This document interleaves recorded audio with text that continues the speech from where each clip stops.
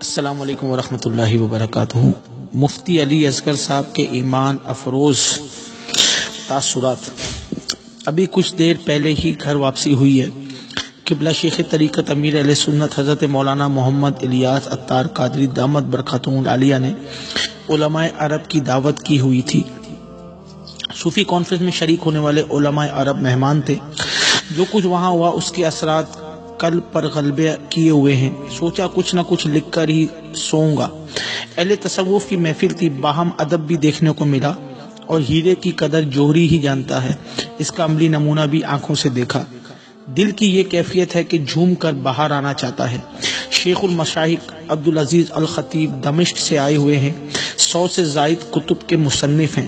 انہوں نے فرمایا کہ اللہ تعالیٰ نے قیامت کے دن اگر پوچھا کہ کیا کسی نیک آدمی کی صحبت میں کوئی وقت گزارا تو میں عرض کروں گا ہاں، میں نے الیاس قادری کی خدمت میں کچھ وقت گزارا ہے۔ شیخ ناصر الحوت جو کہ دنیا عرب کے خطیب اعظم مانے جاتے ہیں، حلب ملک شام سے تعلق ہے۔ آپ نے فرمایا کہ کچھ لوگ تنہا ہوتے ہیں لیکن وہ جماعت پر بھاری ہوتے ہیں۔ انہوں نے چند آیات پڑھ کر اس محاورے کی تائید کی اور فرمایا کہ شیخ الیاس قادری ایسے ہی ایک فرد ہے جو ایک شخص نہیں بلکہ ایک پہچان کا نام ہے۔ لبنان سے آئے مفتی شیخ ریاض بازو نے فرمایا کبھی کبھی ایسا ہوتا ہے کہ زبان بند ہوتی ہے لیکن آنکھوں ہی آنکھوں میں بات ہو رہی ہوتی، لیکن شیخ جن کے پاس ہم آ کر خاموش بیٹھے ہیں، یہاں ہماری آنکھیں بھی بند ہیں اور زبان بھی، لیکن دل اور روح ان سے باتیں کر رہے ہیں کہ اور شیخ ہوتا ہی وہی جو قال سے حال میں پہنچا دے۔ بغداد شریف سے آئے غوث پاک رضی اللہ تعالیٰ عنہ کی مسجد کے خطیب عراقی پارلیمنٹ کے ممبر شیخ جراد نے کہا کہ میری خوش قسمتی ہے کہ میں آج شیخ کی خدمت میں موجود ہوں، شیخ الیاس کی۔ مزید فرمایا کہ میرے گھر پر سب سے زیادہ تیسرے نمبر پر چلنے والا چینل مدنی چینل، باوجود یہ کہ ہم کو اردو سمجھ نہیں آتی لیکن ہم اس کو دیکھتے رہتے ہیں۔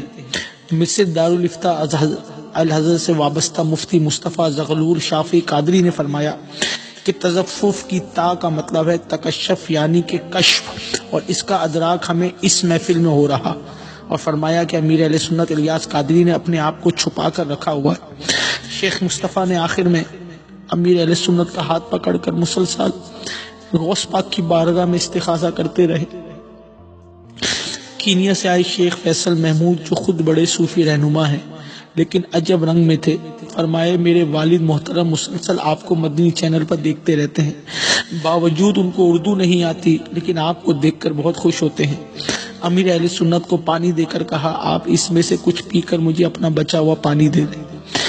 بقیہ بھی بہت کچھ عرفہ کی اس محفل سے سیکھنے اور سننے کو ملا۔ یہ محفل اہل حال کی محفل تھی، کچھ چیزوں کی تو کوئی سمجھ ہی نہیں آئی کہ کیا ہوا، جیسے شیخ عبدالعزیز جاتے جاتے واپس آئے اور امیر اہل سنت کے ہاتھ پر خود بھی ہاتھ رکھا، دیگر عرب جو آئے تھے ان مہمانوں کا بھی ہاتھ اسی انداز سے رکھا جس طرح بیعت کرتے وقت رکھا جاتا۔ یوں 10-12 افراد بیعت کی طرح ہاتھ پر ہاتھ رکھ کر کچھ دیر کھڑے رہے، لیکن امیر اہل سنت کے لبوں سے وہ آواز میں نہ سن سکا، حالانکہ میں بہت قریب کھڑا تھا۔ جو بیعت کراتے وقت آپ کہا کرتے ہیں کیا ہوا، کیوں ہوا، کیسے، کوئی خبر نہیں۔ واپسی پر مہمان جانے لگے تو دل کہہ رہا تھا یہ سب دیکھ کر باہر جانے کی کیا حاجت ہے، یہی قدموں پر نثار ہونے کا موقع ہے۔ آج ایسی نورانی محفل کے بعد مرشد سے دور جانا کوئی بہتر کام نہیں، لیکن جذبات جذبات ہی ہوتے ہیں۔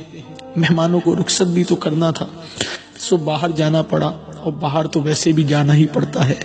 جب صاحب بیت کے آرام کا خیال دل میں آتا تو کوئی چارہ ہی نہ بچتا باہر آئے بغیر۔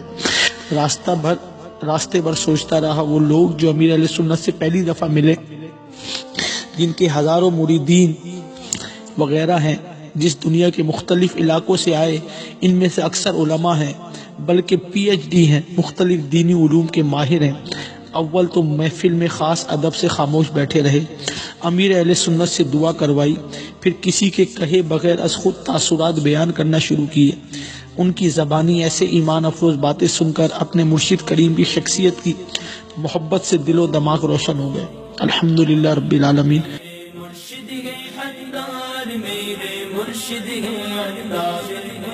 دنیا دنیا بھر میں فضل رب سے چرچے ہیں عطار کے، دنیا بھر میں فضل رب سے چرچے ہیں عطار کے، بڑے بڑے گل گاتے ہیں،